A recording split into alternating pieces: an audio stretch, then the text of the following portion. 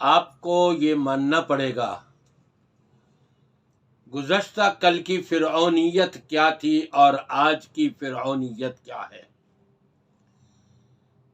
کل کا قیصر و کسریٰ کا کیا واقعہ تھا اور آج کے قیصر و کسریٰ کیا کر رہے ہیں۔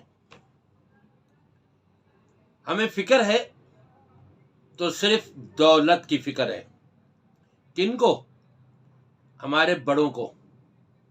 ہمارے بہت سے چھوٹے بھی ہیں، دوڑ لگی ہوئی ہے اس طرف، اور اس چیز کے پیش نظر دولت میں پڑھ کر وَيُحِبُّونَ الْمَالَ حُبًّا جَمًّا، ادھر سے بھی دولت آ جائے ادھر سے بھی دولت آ جائے، ہم ان کافروں سے بھی لے لیں، امریکہ سے بھی لے لیں، روس سے بھی لے لیں، چین سے بھی لے لیں، انڈیا سے بھی لے لیں، فلاں جگہ سے بھی لے لیں، فلاں جگہ سے بھی۔ ہمارے حکمرانوں کو صرف ان کی یہ سوچ باقی رہ گئی ہے۔ یہ آج کل کے قیصر و کسریٰ، ان کے سامنے اسلامی ممالک والے حکمران سارے کے سارے دبے ہوئے ہیں، اور گزشتہ کل کے صحابہ کرام کے دور کے قیصر و کسریٰ، ان کو فتح کس نے کیا تھا؟ ان کا ایمانی جذبہ تھا، ان کے اندر صداقت تھی، ان کے اندر سچائی تھی، ان کے اندر اللہ اور اس کے رسول کی محبت تھی، ان کے دل میں قرآن سے لگاؤ تھا، قرآن سے محبت تھی۔ اور آج مسلمان حکمران ہوں یا عوام ہوں، صرف اور صرف پیسہ، اس کے پیچھے دنیا نے دوڑ لگائی ہوئی ہے۔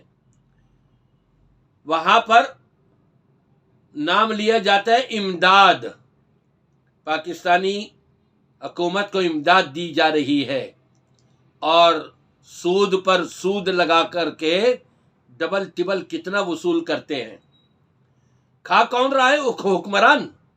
عوام کو تھوڑی کھلایا جا رہا ہے، عوام کے اوپر تو بوجھ ڈالا جا رہا ہے، اور وہ وقت اب قریب آ رہا ہے کہ جب پورا کا پورا پاکستان گروی رکھا ہوا ہو۔ کیا کرو گے؟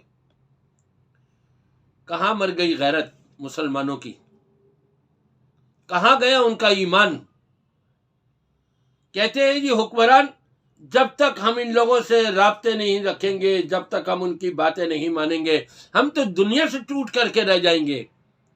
ان کو یہ فکر تو ہو گئی کہ ہم دنیا سے ٹوٹ کے رہ جائیں گے، لیکن اللہ اور اس کے رسول سے اور قرآن سے ٹوٹتے ہوئے نظر آ رہے ہیں۔ ان کو ذرہ برابر بھی احساس نہیں ہوتا۔ وائے ناکامی متائے کارواں جاتا رہا، کارواں کے دل سے احساس فراواں نہیں جاتا رہا۔ انا للہ و انا الیہ راجعون۔ جب نوبت مسلمانوں کی یہ آ جائے، اسلامی ممالک کے حکمرانوں کی کیفیت یہ ہو جائے، ان کی یہ سوچیں قائم ہو جائیں کہ ہم کو امریکہ کی بھی کچھ بات ماننی پڑے گی، ہمیں روس کی بھی کچھ ماننی پڑے گی، ہمیں انڈیا کی بھی کچھ ماننی پڑے گی، ہمیں اسرائیل کی بھی کچھ باتیں ماننی پڑیں گی، ہمیں چین کی بھی کچھ باتیں ماننی پڑیں گی۔ آپس میں متحد ہو کر آپس کی باتیں نہیں مان رہے، اتفاقی نہیں ہو رہا، اتحادی نہیں ہو پا رہا اسلامی ممالک کا۔ اگر اسلامی ممالک کا سب کا اتفاق ہو جائے تو یہ اہل کفر کو چنے چبوا سکتے ہیں، لیکن اخلاص چاہیے، اللہ اور اس کے رسول کی محبت ہونی چاہیے، قرآن سے لگاؤ اور دلچسپی ہونی چاہیے۔ کہیں پر قرآن کے نسخوں کو جلایا جا رہا ہے، کہیں نبی پاک صلی اللہ علیہ وسلم کی ناموس رسالت سے کھیلا جا رہا ہے، اور ہم ہیں کہ جی وہ ان سے ساتھ تو ہم نے رابطہ نہیں کرنا ہے۔ ڈوب کے مر جانا چاہیے ایک چلو پانی میں، ایسی سوچ لے کر کے اپنی آخرت ہلاکت اور تباہی بربادی کی طرف لے کر کے جا رہے ہیں۔ ذرا برابر بھی فکر نہیں۔ کیا انہوں نے مرنا نہیں ہے؟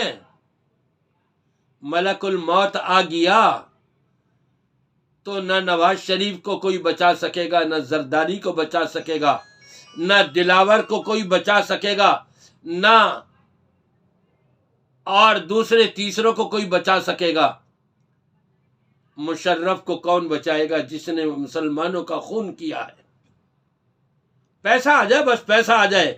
اب دیکھیں اسپتال میں پڑا ہوا مر رہا ہے، وہ ذلت اور رسوائی کی زندگی اس کے اوپر چھا گئی ہے، نہ جینے میں نہ مرنے والوں میں. تو کیا ہمارے حکمرانوں کو، دنیا بھر کے اسلامی ممالک کے حکمرانوں کو موت نہیں آنی؟ کیا انہوں نے قبر میں نہیں جانا؟ کیا انہوں نے قیامت کے دن اللہ کے ہاں جواب نہیں دینا؟ لا تزول قدم ابن آدم یوم القیامہ حتی یسأل عن خمس. فرمایا کہ کسی بھی بنی آدم کو اپنی جگہ سے قدم تک کے ہلانے کی اجازت نہیں ہوگی جب تک کہ 5 سوالوں کے جواب نہ دینے.